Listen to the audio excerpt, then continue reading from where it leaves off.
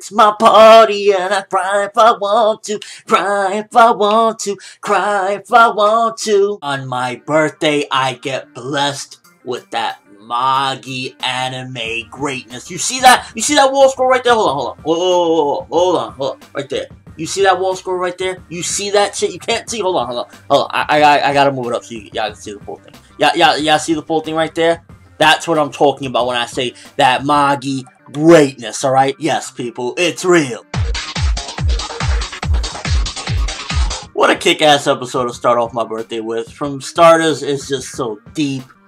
You get great action, beautiful animation, character development. Mogamits fall into depravity, and Shinobu Otaka did so well with the racism theme. You could totally see every aspect of Mogamit being a racist that originally wasn't a racist, but due to events turned completely into what Mogamit has ultimately become. You see even the split from what he said when he was younger, I want to protect all humans, to what he's saying now, I just want to protect magicians. And when he freaked out, can someone give that voice actor a gold medal or something, a trophy? When he freaked out on that kid and was like, oh, you pig, go, and he was screaming, I was like, this performance, people, this performance is real. This was an amazing performance, and just seeing Mogamit, that he pretty much surrendered himself to the black Rook. The white Rook is no longer within him, and it's just like, god damn, that is the true definition of falling into depravity, the truest. And when he was just going on that rant, I was just thinking like, god damn, tell him how you really feel, Mogamit. You can also see as well Alibaba's more involvement into it, slowly easing into it, because at first it was kind of like, I'm just a third party. And hearing what he heard, it kind of made him more so take this more personal. He took it on a personal level. The fact that they're making the Goi feel as though they're human trash. They're being brought up like, yeah, you know, we're garbage. They treat us like this, so this is what we are. And I like that it's kind of making him have more of a purpose instead of just, well, you know, I'm here and I came to protect my friend. Because pretty much the motive that he had coming into this place, gone, because he's with his friend now.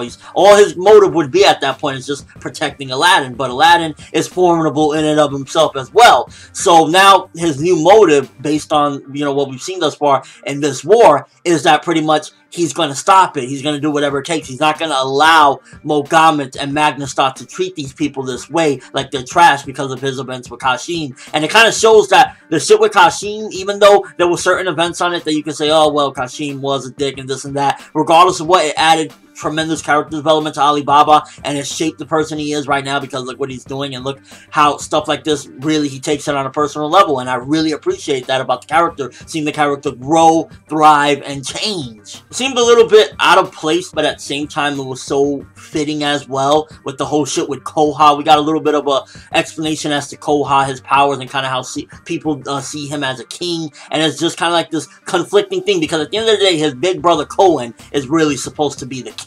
Like, if you look at it like me, if I was betting between the two, while the kid is dope and all, I'd go with Kouen. But then again, this is not a full adult yet. So me, I'm personally thinking like this is the man that's meant to lead. But a lot of times these people are looking at him like this kid has the qualities of a king. And a lot of people are looking at him like he's potentially a king. And you get to see his full Djinn equip in this episode. The eye candy of the full Djinn equip. It just looks so beast. The character designs for the full Djinn equip. And just going in a little bit into the Koha character, a side character at that. He's not a main character. He's just somebody that is affiliated with Kouen. You know, he's his brother or whatnot. And you got a little bit of his backstory, a little bit of, you know, just what he is and what he could possibly be in the future. And the first comparison, for some reason, that I got is kind of like going from a Gohan to like a Goten or something like that, except Goten actually never really amounted to much, and Koha might amount to something in the future. And it's not just Kouen is the end-all be-all of his family. Koha might have something as well to offer. And from what I gathered thus far, based on what you've seen, it seems as though the Black Rook and the Djinn basically are like indestructible. It has to be some sort of definitive technique to defeat them, because as you can see, they scatter and regather. So there's definitely something that you need to do, possibly like Aladdin or a Magi has to do it of some sort, or it just has to be absolute destruction where it could penetrate down to the Rook of some sort, because Koha's destroying them, it's not working. Alibaba came in and destroyed them, which, by the way, Alibaba full Djinn equip. The development is there, people. You see him not only as a character, not only do you see that the shit that happened in his past where Kashim shaped him to take stuff like this personal and take stuff like this serious, but then you also have events like that as well where he has now mastered his Djinn equip, and it's only going to get more realer because he looked like he was full Djinn equip, but it felt as though there was still some pieces missing, so you could definitely see that there's still some development to be had with him.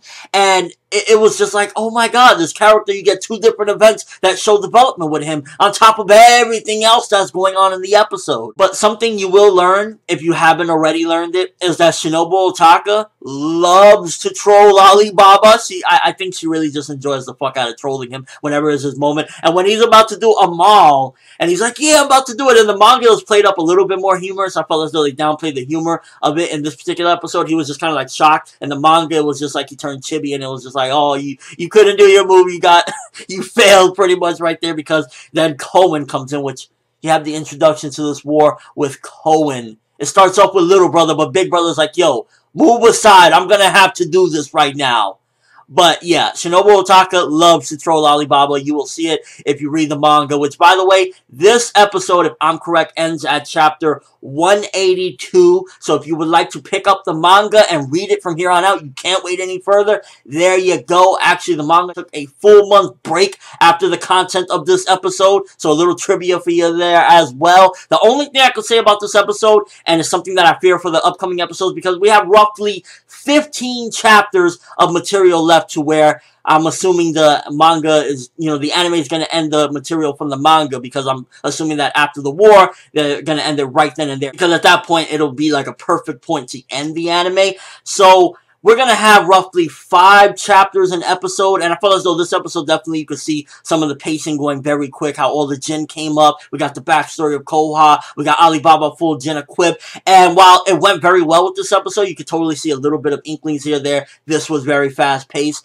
so you could see the fast pacing really kicking in, but the next few episodes, I'm hoping that they don't rush through too quick, because like I said, there's roughly 15 chapters. There's 3 episodes to go, I believe. So it's going to be very dicey if they, spin through it. But overall, this episode, great episode. I felt as though the Koha stuff maybe could have been at a different time. Maybe it was just like, yeah, he was beast in there. It could have been a little different time. But other than that, great episode. I'm giving this bad boy 9 out of 10. The only thing I can say is that it was fast and little stuff like that. But other than that, it was a great episode. Development for Alibaba, full Djinn equips, battles, animation, music, everything going on par, going strong. And Magi is looking like it's going to close out very well. This Magi hype on my motherfucking birthday. Thumbs up for Magi being great on the birthday, because I'm just like, hell's motherfucking yeah. How do y'all think this is all gonna turn out? What do you think about the design of Alibaba's full Djinn equip and your overall thoughts of this episode? I fucking loved it. But that's all I have for this one. Thanks for watching. Hope you enjoyed. Thumbs up for Magi going strong towards the very end of its anime run, because